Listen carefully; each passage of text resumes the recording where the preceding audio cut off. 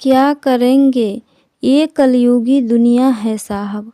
माँ ने अपने बच्चे को प्यार से पाला और उसी बच्चे ने माँ बाप का हाथ पकड़कर सोचो वृद्धाश्रम में आखिर क्यों डाला। जिनके लिए पूरा जीवन कुर्बान कर दिया, अपनी इच्छाओं को सिर्फ इसलिए मार दिया कि उनकी इच्छाएं पूरी हो सके। आज जब वह किसी काबिल बन गए तो अपने मजबूर बाप को सोचते हुए मनोहर लाल जी ब्रीफकेस बगल में दबाए छड़ी के सहारे सुनसान सड़क पर आगे बढ़ते जा रहे थे। जब आँखों में आई नमी के कारण रास्ता धुंधला जाता तो दो घड़ी रुककर अपनी आँखों को पोंछते और सिसकते हुए फिर उन्हीं बातों में खो जाते जो उस रात उनके तीनों बेटे आपस में कर रहे थे। मंझला बेटा रवि बड़े बेटे सौरभ से कह रहा था, तो आपने क्या सोचा भैया? बाबूजी को इस हालत में घर में रहना ठीक है?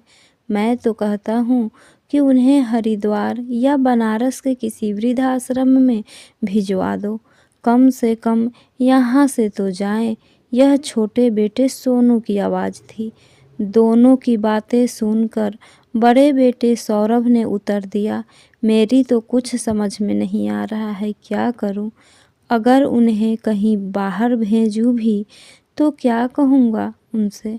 और फिर चार लोग क्या कहेंगे कि तीन तीन बेटे हैं पर बूढ़े और बीमार बाप की सेवा करने से परहेज कर रहे हैं। कुछ समझ नहीं आ रहा है, क्या करूं? लेकिन भैया, उनका हम लोगों के साथ रहना इम्पॉसिबल है। घर में बच्चे हैं, अगर बाबूजी का इन्फेक्शन किसी बच्चे को लग गया तो बड़े बेटे ने कहा, यही तो बात मुझे भी परेशान किए हुए है। रवि ने अपनी बात रखी, यदि बाबूजी को किसी वृद्धाश्रम में भिजवा भी दे तो उनकी बीमारी के कारण उन्हें कौन टिकने देगा? सौरभ ने कहा, अरे हम उन्हें वृद्धाश्रम भिजवा दे जिससे हमारी लाइफ तो सेफ हो जाए, फिर वहाँ जाकर वह जाने और वृद्धाश्रम वाले चाहे तो रखे चाहे तो निकाल दे, हमें क्या? छोटा बेटा सोनू ने कंधे उचकाते हुए कहा, वाट, क्या दिमाग खराब है? वह हमारे बाबूजी हैं। अगर वृद्धाश्रम वालों ने उन्हें निकाल दिया तो वह बेचारे कहाँ जाएंगे? ओफो भैया, बी प्रैक्टिकल। अरे अगर वह स्वस्थ होते तो हम ही उन्हें घर से दूर क्यों करते? लेकिन उनकी लाइलाज बीमारी से क्या हमें या हमारे बच्चों को खतरा नहीं है? भैया, आप समझते क्यों नहीं कि उन्हें कोढ़ है, कोढ़। उन्होंने तो अपनी लाइफ जी ली, 2 साल बाद 80 के हो जाएंगे, फिर उनके पास समय ही कितना रहेगा? वैसे भी हो सकता है कि इन 2 सालों में उन्हें मुक्ति मिल जाए, लेकिन तय है कि यदि हम में से किसी को या हमारे बच्चों को उनकी बीमारी लग गई तो हम सबकी ज़िंदगी बर्बाद हो जाएगी। बेटा ने कहा था।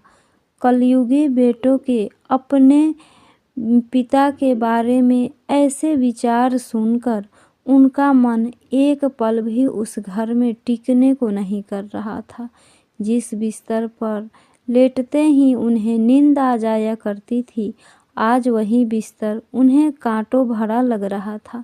बेचैन होकर करवटें बदलते रहें, तो कभी उठकर अपने कमरे में टहलते तो कभी खिड़की से बाहर झांककर बंगले के लॉन को निहारते। दुधिया रोशनी में नहाए बंगले के लॉन में नन्हे नन्हे कदमों से भागते तीनों बेटों के बचपन की तस्वीर एक एक करके उनकी आंखों के आगे आ रही थी। एक ही पल में सब कुछ कितना बदल गया। एक एक ईंट को अपनी पत्नी के साथ सजाकर जिस मकान को घर बनाया था, आज वही घर कंक्रीट की इमारत से ज़्यादा कुछ नहीं लग रहा है। ऐसी तमाम बातें याद करते हुए अपने बंगले के कोने कोने को निहारते और उससे जुड़ी यादों में खो जाते। लगभग आधी रात यूं ही बीत गई। जब उनसे नहीं रहा गया तो घर से निकल आए। वह सुनसान सड़क आगे से दो हिस्सों में बट गई। एक हिस्सा शहर की लखपत कॉलोनी में जाता था और दूसरा एक पुरानी बस्ती में। मनोहर जी ने एक उदासी भरी दृष्टि दोनों ओर डाली और बस्ती की तरफ निकल गए, जहां अपने जीवन के आरंभिक दिनों में रहा करते थे। आगे सड़क संकरी और अंधेरी हो गई थी, लेकिन उनके दिमाग में अपने बेटों की बातें अभी तक बिजली की तरह कौंध रही थी और अपने कदम धीरे धीरे आगे बढ़ाते जा रहे थे। तीनों बेटों ने अंततः बड़े बेटे सौरभ के निर्णय को स्वीकार कर लिया कि बाबूजी को बड़े बेटे की ससुराल गाजियाबाद में उसके एक परिचित के अस्पताल में भर्ती करवा देंगे। कुछ समय तक इलाज का नाटक करेंगे, इसके बाद उन्हें मुक्ति दिलाने के लिए डॉक्टर से कह देंगे। यह बात सोचते ही मनोहर लाल जी को एक ठोकर लगी और उस ठोकर से वह मुंह के बल सड़क पर गिर पड़े। जैसे तैसे खुद को संभाला और सिकुड़ कर दूर गिर पड़े। ब्रीफकेस को उठाया तथा पास ही एक चबूतरे पर बैठ गए और बेतहाशा रोने लगे। रह रहकर अपनी पत्नी सुलेखा जी की याद करके बिलख पड़ते। उन्हें अपने बीते दिन याद आ रहे थे कि कैसे उन्होंने और उनकी पत्नी ने अपने बड़े बेटे सौरभ का जीवन बचाने के लिए डॉक्टर से गुहार की थी। अपने शरीर में खून की कमी होने पर भी सुलेखा जी अपना खून देकर अपने बेटे को बचाने के लिए पागलों की तरह डॉक्टर के पैर पड़ती रही। और वह है कि अपने बूढ़े बीमार बाप को ही दिल में एक हुक सी उठी और वह अपने भाग्य को कोसने लगे। ठंडी हवा उनके शरीर को सूल सी चुभ रही थी। आकाश में बादल और उनके मानस पटल पर पुरानी यादें घिरने लगी थी। वह बीते दिनों में खोए हुए थे कि बारिश शुरू हो गई। वह चबूतरे पर पीछे की ओर खिसक गए और ब्रीफकेस पर कोहनी टिकाकर दीवार के सहारे बैठ गए। पिछले जिंदगी को सोते सोते याद करने लगे। कब सुबह हो गई उन्हें पता ही नहीं चला। सुबह के समय उनकी आंख लगी ही थी कि चबूतरे से सटा दरवाज़ा खुल गया और 30 साल के एक युवक ने उनके कंधे पर हाथ रखकर उन्हें जगाया। वह सकपका कर उठ गए और क्षमा मांगते हुए वहां से चलने के लिए खड़े हुए ही थे कि वह एकदम बोल उठा, आप तो वही बाबा हो जो बचपन में मुझे टॉफियाँ दिया करते थे। आप यहाँ कैसे? मनोहर लाल जी ने उसके चेहरे की ओर देखा और पहचानने की कोशिश करने लगे, लेकिन बूढ़े आँखों और क्षीण स्मृति के कारण पहचानने में मुश्किल हो रही थी। तो उन्होंने हाथ जोड़कर कहा, बेटा, मैं तुम्हें पहचाना नहीं। तुम मुझे कैसे जानते हो? युवक ने कहा, सब बताऊंगा बाबा, पहले आप अंदर चलो। और वह उन्हें लेकर अंदर चला गया। उन्हें हाथ मुंह धोने को कहकर वह स्वयं चाय बनाने चला गया। चाय का प्याला उन्हें देते हुए वह व्यक्ति बोला, बाबा, आपने पहचाना नहीं? मैं सुलोचना का बेटा हूँ, रोहन। क्या? मनोहर जी चाय की चुस्की लेते लेते रुक गए। तुम रोहन? पर तुम तो... बाबा, मैं वही रोहन हूँ जिसे आप और आपके बेटे दोनों मजाक उड़ाते थे। आप लोग कहते थे कि तू तराजू की तरह है, तेरा पलड़ा ना मर्द की तरफ है ना ही औरत की तरफ, बीच में ही रुका है। और यह कहकर आप सब ठहाका लगाकर हंसते थे। मैं वही रोहन हूँ जिसे आपके बेटे ने कमरे में बंद करके मेरे कपड़े उतारने की कोशिश करते थे। और कहते कहते गला भर गया। वो दिन आपको याद है कि आपके बेटे ने मेरी झूठी शिकायत आपसे की और आपने मुझे मेरी माँ के साथ घर से निकाल दिया था। याद कीजिए। उसकी बात सुनकर मनोहर लाल जी के स्मृति पर 25 साल पहले उनके घर में काम करने वाली सुलोचना और उसका बेटा रोहन की छवियाँ उभरने लगी। उसी के साथ उन्हें वह दिन याद आया जब सुलोचना उनके पैरों पर पड़ रही थी और अपने बेटे को उससे दूर ना करने की विनती कर रही थी। उनके सामने वह दृश्य सजीव हो उठा जिसमें वह सुलोचना को घर से निकल जाने का हुक्म दे रहे थे।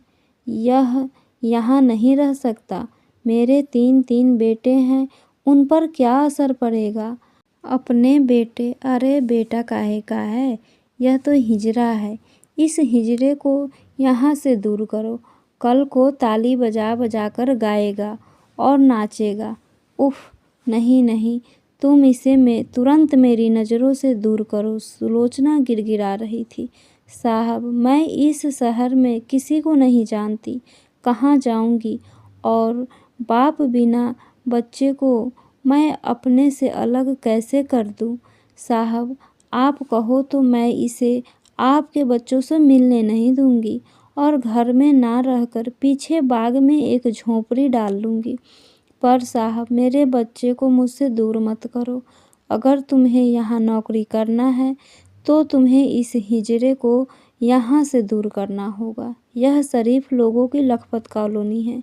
इस कॉलोनी में हमारा कितना मान है।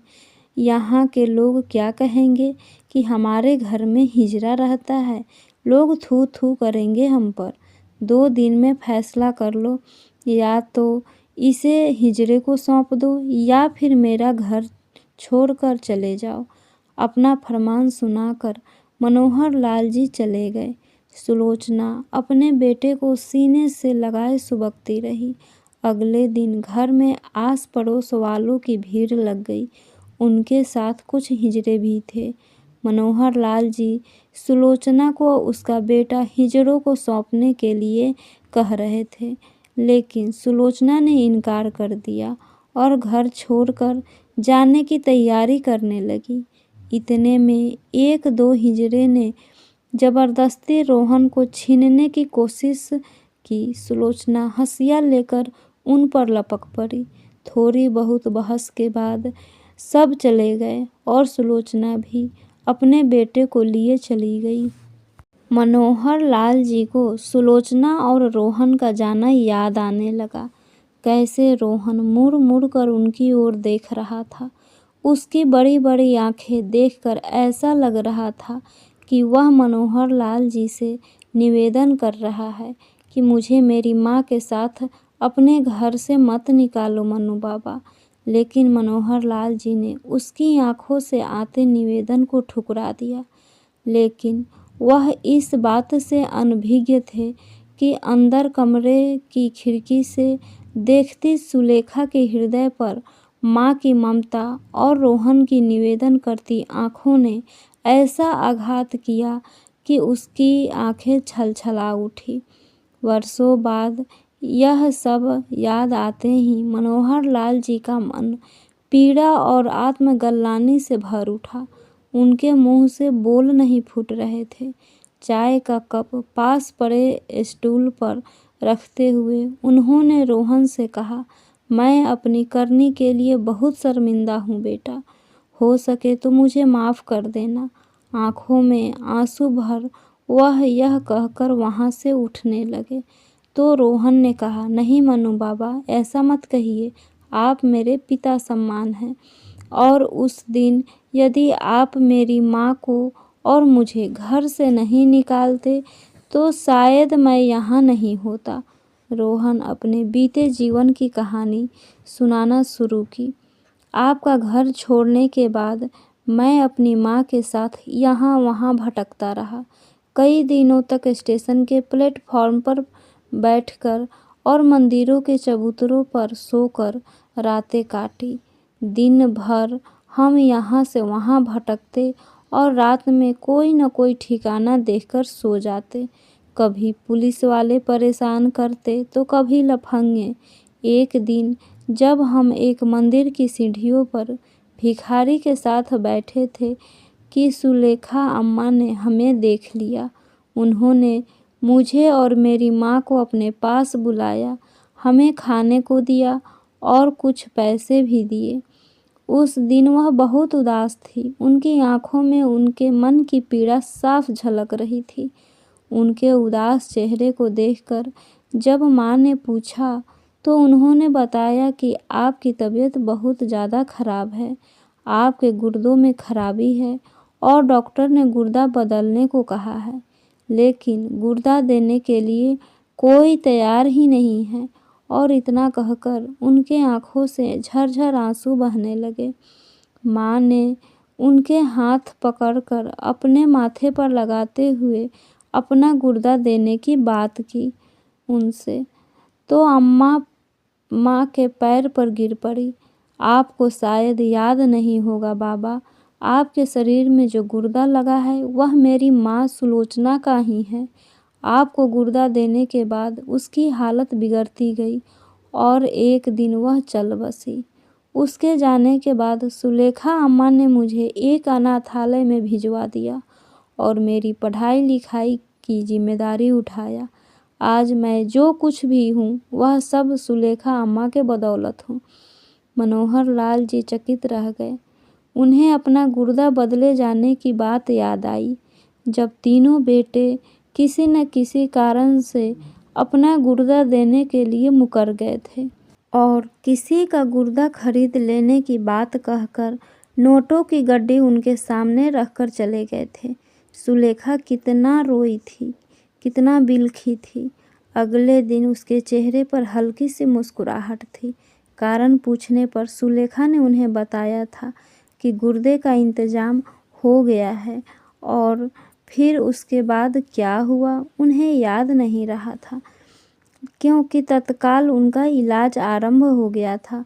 आज उन्हें बहुत गलानी हो रही थी, जिसे नीच और निकृष्ट समझकर अपने घर से केवल इसलिए निकाल दिया था कि उसका लड़का हिजड़ा है। उसी ने अपनी ज़िंदगी देकर उनकी ज़िंदगी बचाई। उन्हें याद आया कि सुलेखा अक्सर उनसे पैसे मांगा करती थी। जब जब वे सुलेखा से पूछते तो कोई न कोई बहाना बनाकर टाल देती, लेकिन अपनी पत्नी पर विश्वास होने के कारण उन्होंने कभी उसे पैसे देने से मना नहीं किया। अम्मा ने ही मेरा नाम श्याम सुंदर रखा। उन्होंने मुझे खूब पढ़ने और कामयाब आदमी बनने की शपथ ली थी। उन्होंने कहा था कि मैं किसी को ना बताऊं कि मैं एक हिजड़ा हूं और फिर पढ़ लिख कर कोई नौकरी करूं। उन्होंने ही मेरा हाथ अपने सिर पर रख कर कहा था कि किसी भी हालत में तू गाना बजाना नहीं करेगा। बाबा, आज मैं एक कंपनी में नौकरी करता हूँ। यह घर मुझे कंपनी की तरफ से मिला है। कहते हुए उसकी नज़र मनोहर लाल जी के हाथों पर पड़ी। अरे बाबा, आपके हाथों को क्या हुआ? रोहन ने उनके हाथों को पकड़ने की कोशिश की, लेकिन मनोहर लाल जी ने अपने हाथों को छुपाते हुए बोले, नहीं नहीं बेटा, तुम मुझे मत छुओ, मुझे कोढ़ है, इसलिए मैं घर छोड़ दिया। और कहते कहते फपक पड़े और सारा वृतांत कह सुनाया। रोहन ने उन्हें सांत्वना दी और उनके हाथों का निरीक्षण करने लगा। हर तरफ से निरीक्षण करने के बाद बोला, मनु बाबा, आपको शायद नहीं मालूम कि मैं जिस कंपनी में काम करता हूँ वहाँ कुष्ठ रोगियों के लिए ही दवाइयाँ बनाई जाती है। मैं अपने अधिकारियों से बात करके आपका अच्छे से अच्छा इलाज करवाऊँगा, आप निश्चिंत रहिए। मनोहर लाल जी सजल नेत्रों से रोहन के गले लग गए और बोले, बेटा, मेरी बीमारी अगर तुम्हें। रोहन ने बीच में ही टोका, नहीं बाबा, ऐसा कुछ नहीं है, मुझे अपनी सेवा करने का मौका दीजिए। और हाँ, आप कहीं नहीं जाएंगे, मेरे साथ यहीं इसी घर में रहेंगे। इतना सुनते ही मनोहर लाल जी के आंखों से आंसू की बूंदें उसके चेहरे पर गिर रही थी। उन्हें अपनी गलती का एहसास हो रहा था। रोहन के रूप में उन्हें फरिश्ता नजर आ रहा था। आज एक बार फिर उन्हें एहसास हो रहा था कि रोहन सचमुच तराजू ही है, एक ऐसा तराजू उसका पलड़ा दुख सुख, प्रेम घृणा, मान अपमान जैसी सांसारिक बातों में डगमगाता नहीं। आज उन्हें रोहन तराजू जैसा होने पर गर्व हो रहा था। यह सब सोचकर वह उसके सिर पर प्यार से हाथ फेरने लगे। उनके मन में रह रह कर एक ही बात उठ रही थी कि काश तू मेरा बेटा होता। समय के साथ मनोहर लाल जी की हालत सुधरने लगी। एक दिन रोहन के काम पर जाने के बाद वह उसके घर से चले गए। वापस आकर रोहन ने उन्हें बहुत ढूंढा, पर उनका कहीं कुछ पता नहीं चला। हताश निराश रोहन यह सोचकर घर लौट आया कि शायद अपने घर वापस चले गए हों, लेकिन बताकर जाते तो क्या मैं उन्हें रोक लेता। दुखी और उदास रोहन अभी अपने घर का दरवाज़ा खोल ही रहा था कि एक टेम्पू उसके घर के सामने आकर रुकी, जिसमें मनोहर लाल जी बैठे हुए थे। उन्हें देखकर रोहन तुरंत टेम्पू के पास आ गया। अरे मनु बाबा, आप कहाँ चले गए थे? मैं कितना परेशान हो रहा था, कम से कम बताकर तो जाते। सब बताता हूँ, पर पहले तू ऑटो में बैठ और मेरे साथ चल, तुझे सब समझ में आ जाएगा। रोहन ने अपने घर के दरवाजे पर ताला लगाया, उनके साथ ऑटो में बैठ गया।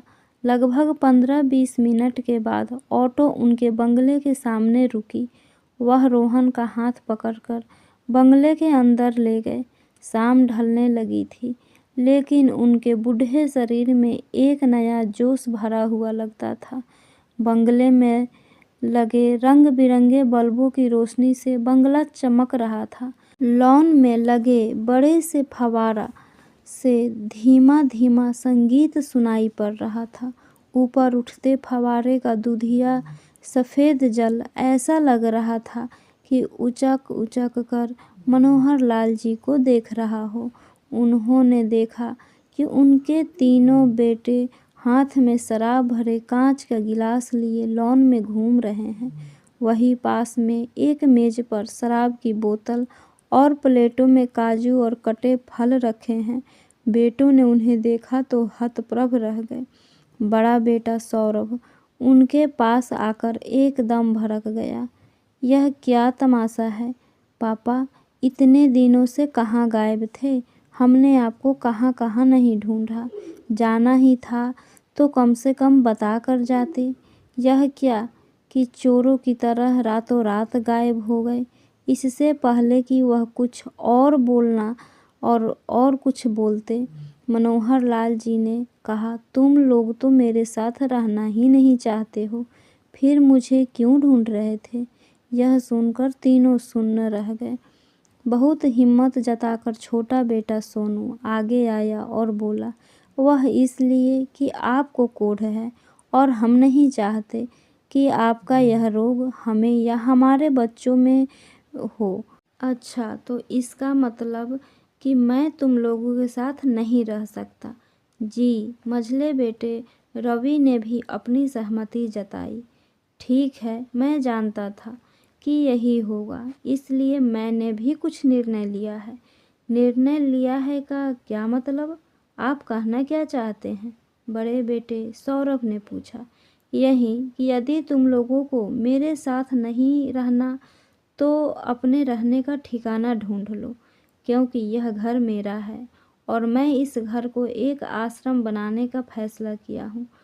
एक ऐसा आश्रम जिसमें अपने परिवार और समाज से तिरस्कृत लोगों को सहारा मिले। उनकी देखभाल और इसका जिम्मा मेरे गोद लिए बेटे श्याम सुंदर का है।